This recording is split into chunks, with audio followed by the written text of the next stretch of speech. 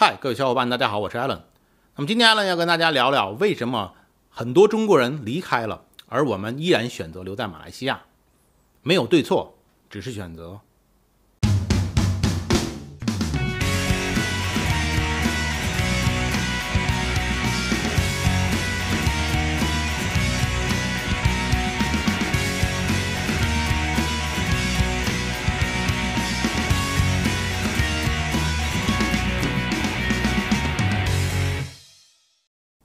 大家好，今天呢和大家聊聊之前要说的这个话题，我们一家呢选择留在马来西亚的心路历程。前段时间我们身边很多朋友都选择了离开大马，有些呢是暂时的，而有些呢可能一转身就是一辈子。先聊聊大家离开的原因吧，其中呢有些也让我们动摇过，后边会详细的说。选择留下的原因到底是什么？疫情原因。2021年开始，马来西亚的疫情形势越来越严峻，抗疫可以说是不成功的。其实说实话呢，全世界除了中国和朝鲜控制的比较好以外呢，基本上我知道的国家里都不能算成功的，实际上都是在走主动和被动一起进行的群体免疫路线。目前呢，马来西亚的医疗体系处于崩溃的边缘，甚至呢，有些人说已经崩溃了。那所有轻症确诊者呢，只能在家自行隔离，一切只能靠自己。有2个中国 YouTuber 全家都被感染了因为轻症患者，他们呢就是完全在家中自行隔离。不过好消息是呢，他们都没有发展成重症，最后呢也都靠自我治疗的情况下呢康复了。选择离开的人很多都是因为担心自己和家人被感染，其实呢最担心的是怕一旦被感染之后没有办法呢得到及时的救治，导致失去生命。这个理由呢我觉得是完全可以理解的。这个原因对我们一家呢也是完全适用的，所以选择留下的我们就一定要在这里做好准备。那说说我们打算如何克服，就是与世隔绝，自我隔离，基本上呢不出去。因为我家住的是排屋，是有地屋，这种低密度的住宅区，不存在从厕所下水道感染的风险，没有电梯这个密闭的空间，每周都有金马伦的新鲜蔬菜、试耕装的海鲜、新鲜的肉类和鸡蛋直接送到家门口。日用品调料目前呢还有很多库存，如果需要呢也可以网购。所有的东西呢都是直接送到门口或者是院子里。需要冷冻冷藏的东西呢，先是严格的消毒，之后再拿进房间最后进到冰箱里面。其他的东西呢，消毒后暂时就放在院子里了不着急的东西呢24小时之后甚至更久才会拿进房间。因为呢有一个比较大的院子，所以不会感觉太憋屈。如果呢想出去，也可以开车出去兜兜风不下车就好了。唯一不出去就买不到的东西呢就是酒了。那不过这个也不是什么太难的问题，我还是一样可以自己酿酒来喝。没错，自己酿啤酒。感兴趣的朋友呢可以关注订阅留言，如果很多人喜欢并且留言呢，或者是这期视频的点赞数量超过1000，那我就会专门做一期视频来分享给大家自己是怎么在家酿酒的。政策原因。有一部分朋友呢经常对优转的政策和制定政策的人感到失望，对大马失去信心。这个原因在这里就不展开讲了。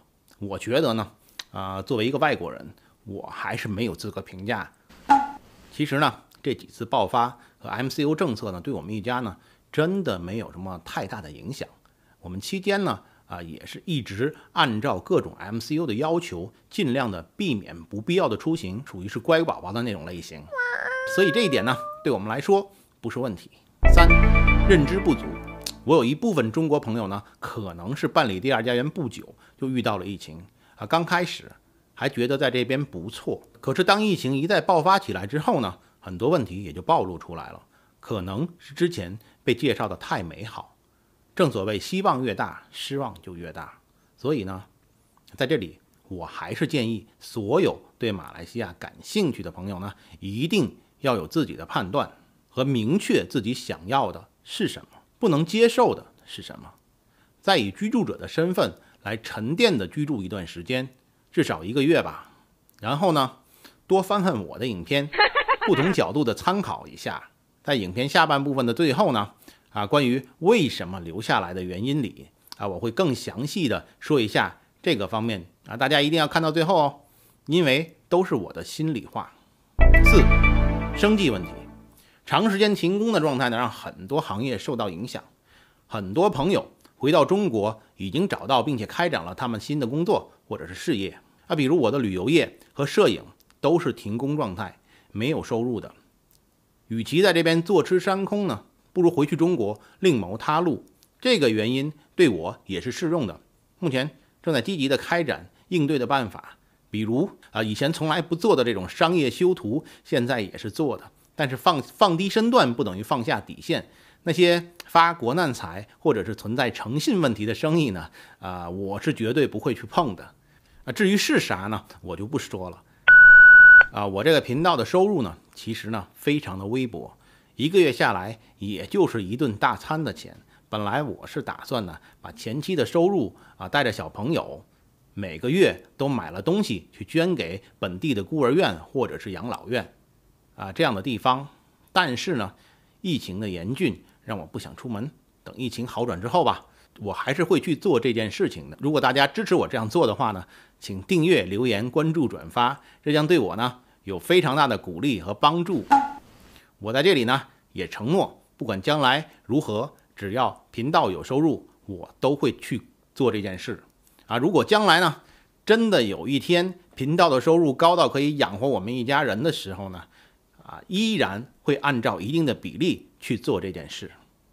5. 有不得不回去的理由，比如说有些人在中国的银行卡被锁，无法转账的问题，只能本人呢带着身份证到柜台去办理解锁才行，或者呢其他一定要回去才能解决的问题。还好吧，虽然我也有卡被锁了，但是呢我的良好习惯就是不把所有的鸡蛋呢放在同一个篮子里，让我暂时还不用回去解锁，也没有其他一定要回去办的事。那么说完了回去的理由，接下来就聊聊我选择留下来的原因吧。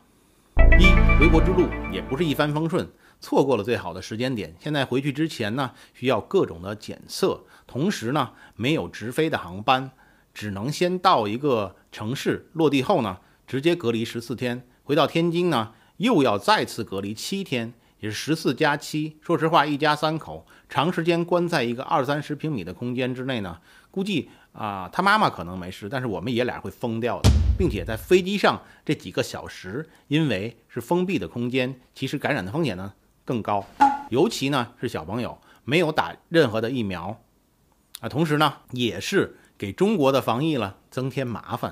将来再回来的时候呢，也会给大马的防疫增加麻烦。2. 事业心或者是生活重心在马来西亚占比更多。我现在的事业重心呢，基本上就是在马来西亚，因为我的器材工具设备这都在这边，并且呢，我以后还是会回来的，所以呢，来回折腾很麻烦。打算短期回国不打算完全离开的人呢，有很多东西是很难处理的，好尴尬呀。当初呢，把家具、电器这些东西费尽心思呢，从中国运过来，难道现在再带回去这边的车子呢，以后还要用，也不能卖掉，扔在那里，让它一边吃灰一边贬值，总不能把车也开回去吧？回国以后呢，还要再买车，回来的时候呢，还要再卖掉。3. 孩子的教育也是对我们家来说呢最重要的理由了。担心孩子回国之后呢无法融入，并且呢学习进度是完全不同的2套体系，那根本没有办法衔接，担心呢对孩子的成长呢会有不好的影响。同时呢，国内的内卷化真的是很严重，我担心呢回去了自己很难不会在这样的环境里随波逐流，变成那个让自己都讨厌的学生家长。我之前呢已经把那个学区房的名额放弃了，想再找一个适合的学校，真的是又要托关系欠人情，又要花钱，还不一定能行。所以呢一去不回头是不可能的。那如果短期回去呢，以后再回来，如果一直上网课，那倒也没什么。在马来西亚同样也是上网课嘛，因为用的是 Google Classroom， 那回去之后呢，可能会需要合法上网才可以，但是呢，也可以搞定的，不是很难。但是谁知道什么时候学校又开始返校上课了呢？如果只是几个月呢，就恢复返校，那很快就要回来，那我们回去还有什么意义呢？4，对马来西亚感情深厚，习惯适应了马来西亚的生活节奏。湿度、温度、气候、空气、社会环境，回到中国，不论是大人还是孩子，应该呢都不适应。这种不适应呢，我是深有体会的。很多年前，我从那边回国的时候呢，就经历过了，真的不想再经历一次。5，相信困难呢只是暂时的，一路来对马来西亚充满了希望，相信疫情终有一天呢会结束，还是会回到原来的样子。老观众呢，应该都知道，我20年前呢就在马来西亚读书了。没办第二家园之前呢，也是我一个人在中国和马来西亚之间呢两头走，对这里的一切呢都是很了解的。说我是半个马来西亚人也不为过的。那我们一家办理第二家园呢，也是经过了很慎重的考虑的，不是说被谁忽悠来的，也不是充话费送的。